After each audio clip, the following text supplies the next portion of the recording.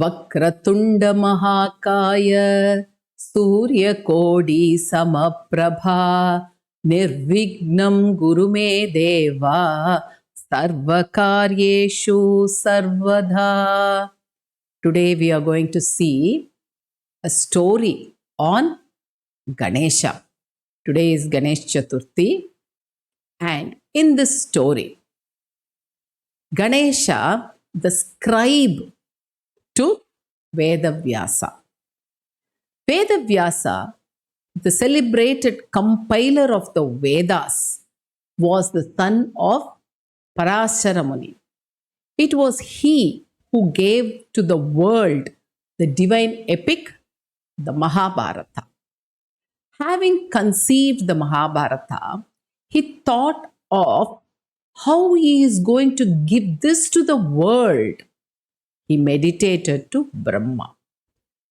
Brahma appeared before him and solved this by telling that Vyasa can request Ganapati to be the scribe. And so Vyasa prayed to Ganapati and requested, I have conceived an excellent work.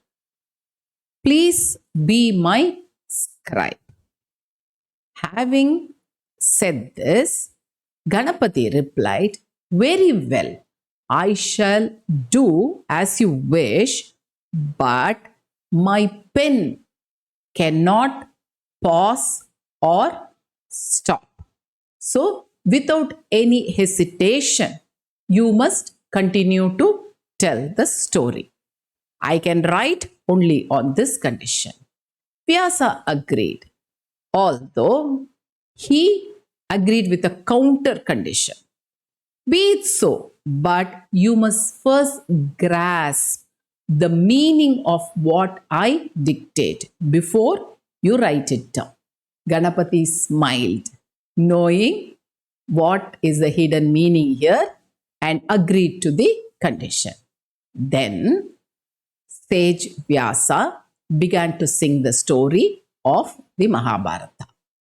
He would occasionally compose some complex stanzas which would make Ganapati pause a while to get at the meaning, and Vyasa would avail himself to take a breath.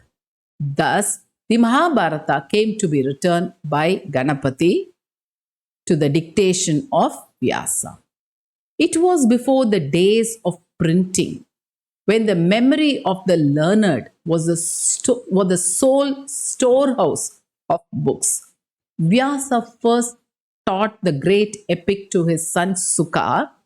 Later, he explained it to many other disciples. Were it not so, the book might have been lost to future generations. Tradition has said that Narada told the story of Mahabharata to the Devas, while Sukha taught this to the Gandharvas, the Rakshasas, and the Yakshas. It is well known that the virtuous and learned Vaisampayana, one of the chief disciples of Vyasa, revealed the epic for the benefit of humanity. Janamejaya, the son of Parikshit, conducted a great sacrifice, in the course of which Vaisampayana narrated the story at the request of Janamejaya. Afterwards, this story, as told by Vaisampayana, was recited by Sutta in the forest of Naimisharanya to an assembly of sages under the lead of Rishi Saunaka. Sutta addressed the assembly. I had the good fortune to hear the story of the Mahabharata composed by Vyasa to teach humanity the dharma and the other ends of life. I should like to narrate it to you. At these words, the ascetics who had gathered there eagerly waited and continued to listen. So Sudha continued. I heard the main story of the Mahabharata and the episodic tales contained therein told by Vaishampayana at the sacrifice conducted by King Janamejaya. Afterwards, I made an extensive pilgrimage to various sacred places and also visited the battlefield where the great battle described in the epic was fought. I have now come here to meet you all. He then proceeded to tell the whole story of the Mahabharata in the grand assembly. And now we have the story of Mahabharata, which explains a lot of things which happened in those days. Thank you. Please subscribe to my channel, Jayanthi's 5 Minute Stories. We will meet again with another story.